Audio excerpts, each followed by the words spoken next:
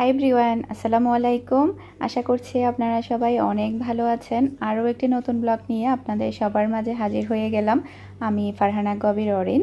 এখন সময় হচ্ছে সন্ধ্যা 7:30। প্রায় বরাবর 1 মাস পরে মা আর মেয়ে আমরা বাসা থেকে বের হয়েছি। এই পুরো একটা মাস আমরা বাসার মধ্যেই ছিলাম, এমনকি নিচে পর্যন্ত কোনো সময় নামা হয়নি। জাস্ট আমরা একটু বিকেলের দিকে ছাদে যেতাম, ওটাই, আর নামাই হয়নি আমাদের। আর আমরা খুবই সেফটিভাবে বের হয়েছি, যেহেতু বাহিরের পরিস্থিতি তেমন একটা ভালো না। তার উপরে আমরা যাচ্ছি হসপিটালে, আমি ডাক্তার দেখাবো। আমরা মাস্ক, হাতের গ্লাভস সবই পরেছি সাবধানে। আর এখন তো কি বলবো, বাহিরে বের হতেই বেশি ভয় লাগে, বিশেষ করে হসপিটালে। কিন্তু বাধ্যগত তো আসতেই হবে ডাক্তারের কাছে চেকআপের জন্য। তো দেখা যাক, আল্লাহ ভরসা। তো মিহিকেও আমরা হাতের গ্লাভস পরিয়ে দিয়েছি, মাস্ক পরিয়ে দিয়েছি। এই হাতের গ্লাভসগুলো ছোট বাচ্চাদের, আর আমিও পরেছি, মিহির বাবুও পরেছে। একটু সেফটিভাবে বের হলে একটু ভালো লাগে। জানি না, উপর আল্লাহর ইচ্ছা আমরা কতদিন এভাবে সেফ থাকতে পারবো, সবই আল্লাহ তাআলা ভালো জানবে। আমরা বাসার মধ্যে চলে এসেছি প্রায় 9টার দিকে। আর যেহেতু এটা আমার লাস্ট চেকআপ ছিল, যার কারণে অনেকগুলো টেস্ট দিয়েছে লাস্টের দিকে। তো টেস্টগুলো করালাম। তো বেশি সময় লাগেনি এমনিতে, যেহেতু রুগী তেমন একটা ছিল না, খুবই ফাঁকা ছিল হসপিটাল। তো এরপরে বাসায় এসে আমার খুবই তরমুজ খেতে ইচ্ছে করছে, এত বেশি গরম বলার বাহিরে। তো সেজন্য আমি ফ্রিজ থেকে তরমুজ বের করলাম। তো এখন কেটে নিচ্ছি। এখন অবশ্যই এটা সাথে সাথে খাওয়া যাবে না, ঠান্ডা লেগে যাবে। 10 মিনিট পরে খাওয়া যাবে, কারণ এত বেশি ঠান্ডা আসলে খাওয়া যায় না। আর আসলে বাহিরে যখন বাচ্চাদেরকে নিয়ে যাই তখন খুবই ভয় লাগে। আর মার্কেটে তো বাচ্চা এলাও না, কিন্তু হসপিটালে এলাও আছে বাচ্চা। কিন্তু মিহি তো যেতে চাচ্ছিল না, এমনকি বলছিল, আম্মু আমি যাব না, তোমরা যাও, তুমি আর আব্বু যাও, আমি বাসায় থাকবো, কার্টুন দেখবো। ওকে এমনিতে আমরা কয়েকদিন ধরে বলছিলাম, আম্মু তুমি কি থাকতে পারবে? তখন ও মোটেও রাজি হচ্ছিল না, বলছে না আমি কান্না করব, আমি থাকবো না, আমাকেও নিয়ে যেতে হবে।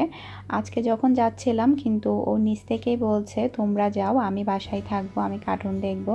কিন্তু আসলে কখনো বাচ্চাটাকে এভাবে একা বাসার মধ্যে রেখে যায়নি, যার কারণে আমাদের কাছেও ভালো লাগছিল না, তাই মিহিকেও নিয়ে যেতে হয়েছে। আসলে হসপিটালে তো দেখা যায় বিভিন্ন রোগীরা যায়, তারপরে হচ্ছে জীবাণু থাকে, সে কারণে আসলে বাচ্চাদেরকে নিতে চাইনি। তারপরে যেহেতু আমার এখানে কেউ নেই, কার কাছে দিয়ে যাব, একটা ভয় থাকবে, যেহেতু আমার টেস্ট করাতে হবে, অনেক সময় লাগবে, সেই কারণে বাধ্যগতভাবে নিয়ে যেতে হয়েছে মিহিকে। তো এটা হচ্ছে পরের দিন বলতে আজকে আর কি, আজকে দুপুরের দিকে। তো দুপুরের জন্য আমি এখানে পাকিস্তানি যে মুরগিগুলো আছে সেগুলো ভুনা করব। আর বাসায় সবজি এনেছে মিহির বাবা কালকে, তবে আজকে কোনো সবজি রান্না করতে ইচ্ছে করছে না আমার, জাস্ট আমি মাংসটা ভুনা করে নেব। তো কালকে রান্না করব ইনশাল্লাহ। আসলে এখন রান্না করতে খুবই কষ্ট হয়, যার কারণে আমি শুধু মাংস টাইপের খাবারগুলোই রান্না করছি, যাতে করে আমার সময়টা বেঁচে যায়। আর এই টাইপের রান্নাগুলো করতে তেমন সময় লাগে না। অনেক আপুরা আমাকে কমেন্ট করবে, আপু তোমার টেস্টের রিপোর্টে কি এসেছে, সব ঠিক আছে? তো তো চিন্তা করলাম আজকের ভিডিওতে আপনাদের সাথে শেয়ার করব রিপোর্টে কি এসেছে। তো প্রথমে আমি মাংসটা বসিয়ে দিচ্ছি, তারপর আপনাদের সাথে সরাসরি কথা বলবো। তো মাংসটা আমি এমনিতে হাতে মাখিয়ে বসাবো, এমনিতে মশলা কষাবো না। আমার কাছে বেশিরভাগ মাংস হাতে মাখিয়ে বসালে বেশি টেস্টি লাগে। আর পাকিস্তানি মুরগিগুলো যেটা হয়, একটু ভুনা ভুনা করে রান্না করলে বেশি ভালো লাগে, গরুর মাংসর মতো। এমনিতে আলু দিলে তেমন একটা ভালো লাগে না, জাস্ট আমি এমনিতে ভুনা করে নেব, তখন খেতে ভালো লাগবে।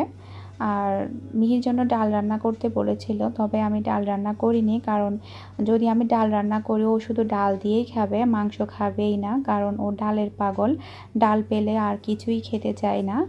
আর কালকে তো আমি ওর দেখে খুবই অবাক হলাম। ও যেতে চাচ্ছে না হসপিটালে, বলছে আম্মু আমাকে পুলিশেরা বেঁধে রাখবে, আমি যাব না, তুমি আর আব্বু যাও।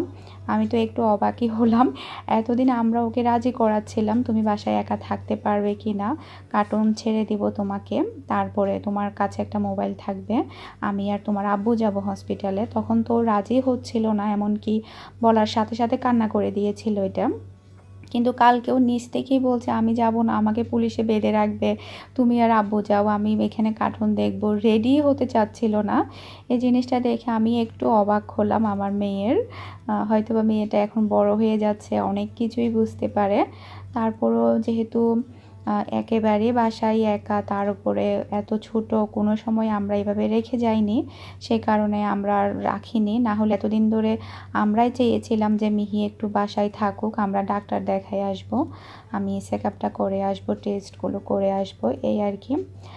তারপর শেষমেশ ওকে নিয়ে গিয়েছি। তো দেখা যাক, আসলে আল্লাহ ভরসা।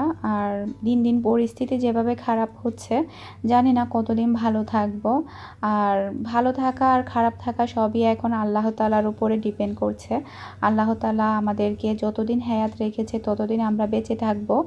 আর একটা নিঃশ্বাসও কিন্তু এমন না যে আমরা আল্লাহ তাআলার হুকুম ছাড়া আমরা ফেলতে পারি, এটাই হচ্ছে কথা। তো খুব বেশি ভয় পেয়েও কোনো লাভ নেই। যদি হায়াত না থাকে তাহলে যতই সেফটি থাকি না কেন, মৃত্যু তো হবেই, এটাই সবসময় চিন্তা করি।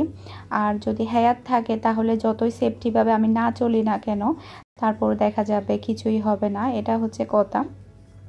তো মাংসটা আমি সরিষার তেল দিয়ে রান্না করব, যার কারণে আমি সরিষার তেল দিয়েছি আর ভালোভাবে মাখিয়ে নিয়েছি। তারপরে এখন আমি বসিয়ে দিব। আমি একদম কষিয়ে কষিয়ে মাংসটা রান্না।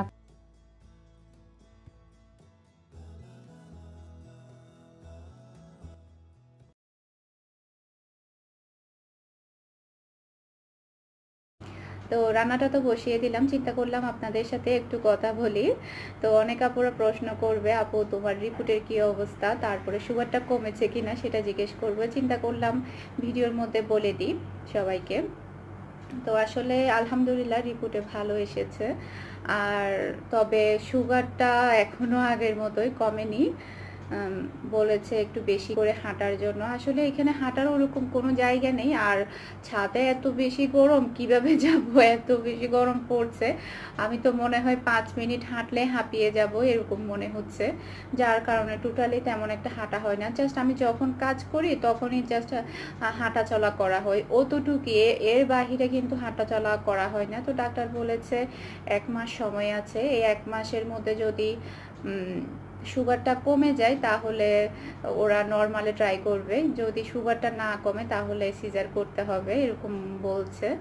আসলে আমি এবারে সিজারটা করতে চাচ্ছি না। মিহি আমার সিজারে হয়েছে, কিন্তু মিহির বয়সটা এখন মাশাআল্লাহ অনেক হয়েছে, প্রায় ও এখন 7 বছর চলছে, 6 বছর পূরণ হয়ে। আর দেশের বাহিরে যেটা হয়, একবার যদি সিজার হয় পরবর্তী বেবিরা কিন্তু নর্মালেই হয় অনেক সময়, এরকম কিন্তু অনেক রেকর্ড আছে। বাংলাদেশে এই জিনিসটা কিন্তু খুবই কম হয়, তবে দেশের বাহিরে এটা অনেক বেশি হয়। তো সেই কারণে আমারও যেহেতু বাংলাদেশে যেতে পারিনি, আমার কিন্তু খুবই ইচ্ছে ছিল যে এবারে নর্মালে ট্রাই করব। তো দেখা যাক, নসিবে যদি না থাকে তাহলে কিছুই করার নেই। এমনিতে অনেক বেশি আশা আছে, আল্লাহ হয়তো বা নিরাশ করবে না আমাকে। এটা আসলে আমার হাতের উপরে চলে এসেছে। আমি যদি একটু কন্ট্রোলে আনতে পারি কিংবা একটু যদি বেশি হাঁটতে পারি তাহলে হয়তো বা সুগারটা কমে যাবে। কিন্তু সমস্যা হচ্ছে আমি তো হাঁটতেই পারি না, হাঁটলে দেখা যায় পা ব্যথা করে, হাঁপিয়ে যায়, যার কারণে হাঁটাই হয় না, শুধু কাজকর্মটাই করা হয়, এর বাহিরে কিন্তু হাঁটাই হয় না। তো বুঝতে পারছি না। এমনিতে আলহামদুলিল্লাহ সব কিছুই ঠিক আছে। তো জাস্ট সুগারটা একটু কমলেই হবে। ডাক্তার বলেছে জাস্ট সুগারটা যদি একটু কমে তাহলে আমরা নর্মালে ট্রাই করব, না হলে সিজারি করতে হবে, এটাই বলেছে ডাক্তারে কালকে। তো দেখা যাক আল্লাহ কি করে। আল্লাহ হয়তো বা যা করবে ভালোর জন্য করবে, এটাই চিন্তা করছি। তো সবাই দোয়া করবেন আমার জন্য। আর সবাইকে অনেক অনেক ধন্যবাদ আমাকে এত ভালোবাসা দেওয়ার জন্য। কিছুদিন পরে আমার চ্যানেলে কিন্তু 50,000 হয়ে যাবে, আর মাত্র 1,000 বাকি আছে। 1,100 চেয়ে একটু বেশি আছে এই পর্যন্ত যখন ভিডিওটা করছি। তো ওটা হয়তো বা তাড়াতাড়ি হয়ে যাবে। সুখবরটা হয়তো বা কিছুদিনের মধ্যে আপনাদেরকে দিতে পারবো। বিশাল বড় একটা পরিবারের, আসলে 50,000 কিন্তু ছোট একটা পরিবার না, অনেক বড় একটা পরিবার। তো আমাদের পরিবারটা কিন্তু ধীরে ধীরে বড় হচ্ছে। সবাই দোয়া করবেন। আর জানি না আমার মনের ইচ্ছাটা পূরণ হবে কিনা। আসলে সিজার কেন করতে চাচ্ছি না, যে আমার যেহেতু একটা অভিজ্ঞতা আছে সিজারের ক্ষেত্রে, মানে আমার অনেক বেশি ভয় লাগে কাটা ছেঁড়া মানে এগুলাকে। তারপরে মিহির সময় আমি অনেক বেশি ভয় পেয়েছিলাম, ভয় পাওয়ার কারণে আমার প্রেশার অনেক বেশি বেড়ে গিয়েছিল। তো মানে ওই ভয়টা আমার এখনো পর্যন্ত যায়নি সিজারের ওই ভয়টা। আসলে সবাই জানে সিজার হলে কতটা কষ্ট, কাজ কাম করতেও কিন্তু অনেক কষ্ট হয়। নর্মাল হলে তো এটা তো একটা প্রাকৃতিক আল্লাহর দান, এটা আল্লাহ তাআলাই আমাদেরকে দিয়েছে। তো সেই জিনিসটাই আসলে বেটার আমি মনে করি সবচাইতে বেশি সবার জন্য। তো ডাক্তারও ওটা বলছে। তো দেখা যাক, যদি আমার নসিবে থাকে, আমার ভাগ্যে যদি থাকে হবে আর কি। তবে দেখা যাক, আমি এখন একটু হাঁটার চেষ্টা করব।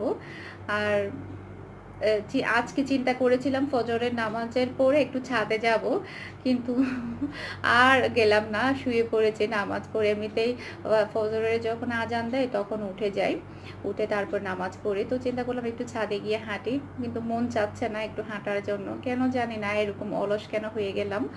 মিহির সময় কিন্তু আমি ভালোই হাঁটতাম, ঘরের মধ্যেই হাঁটতাম, এটা সেটা প্রায় 15-20 মিনিটের মতো হাঁটতাম। কিন্তু এইবারে কেন জানি না আমার টোটালি হাঁটতে ইচ্ছে করে না।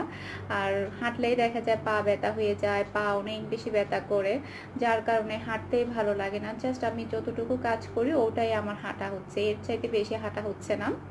তো ডাক্তার বলেছে এমনিতে চিনির পরিমাণটা কম খাওয়ার জন্য, তারপরে হচ্ছে হাঁটার জন্য। আর কালকের টেস্টের সুগার বেশি আসার কারণ আরও একটু আছে। আমাকে জিজ্ঞেস করছে আমি কি খেয়েছি কালকে।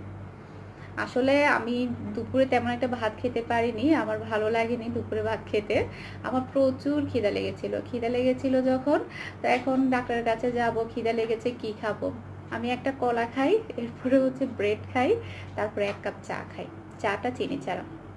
তো ডাক্তারে বলছে আপনি 3টাই হাই সুগারের খাবার খেয়ে এসেছেন। আমার কথা শুনে ডাক্তার হাসছে।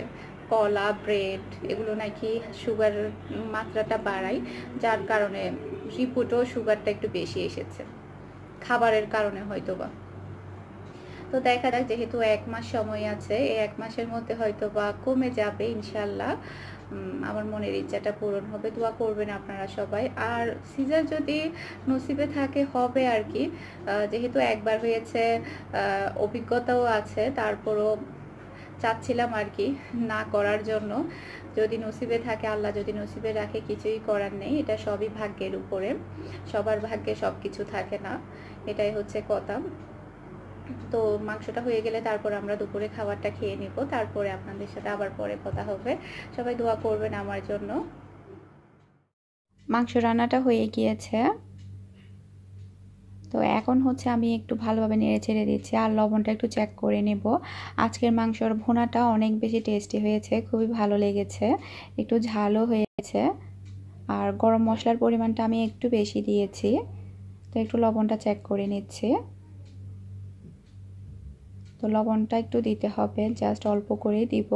আর আমাকে অনেক আপুরা জিজ্ঞেস করে আপু তুমি এভাবে লবণ দিলে লবণ কি বেশি হয়ে যায়? আসলে কখনো লবণ বেশি হয় না, বরাবরই থাকে। আসলে আমার অভ্যাস হয়ে গিয়েছে এভাবে দিতে দিতে, কোনো সময় সমস্যা হয় না, লবণের পরিমাণটা কম বেশি হয় না। তো এখন হচ্ছে আমি একটু শেষের দিকে আরও গরম মশলা দিচ্ছি। গরম মশলা কিন্তু আমি প্রথমেও দিয়েছিলাম, তারপরে শেষের দিকে একটু দিচ্ছি যাতে খেতে ভালো লাগে। তারপর ভালোভাবে মিশিয়ে নেব। এভাবে শেষের দিকে যদি মাংসর মধ্যে গরম মশলা দেওয়া হয় তখন কিন্তু মাংসটা খেতে একটু টেস্টি হয়। আশা করছি আমার আজকের ভিডিওটা আপনাদের কাছে ভালো লেগেছে। আর আপনারা সবাই আমার জন্য দোয়া করবেন, আমার পরিবারের জন্য দোয়া করবেন। আমিও সব সময় আপনাদের সবার জন্য দোয়া করি। আজকের মতো বিদায় নিচ্ছি, সবাই ভালো থাকবেন, সুস্থ থাকবেন। আসসালামু আলাইকুম, আল্লাহ হাফেজ।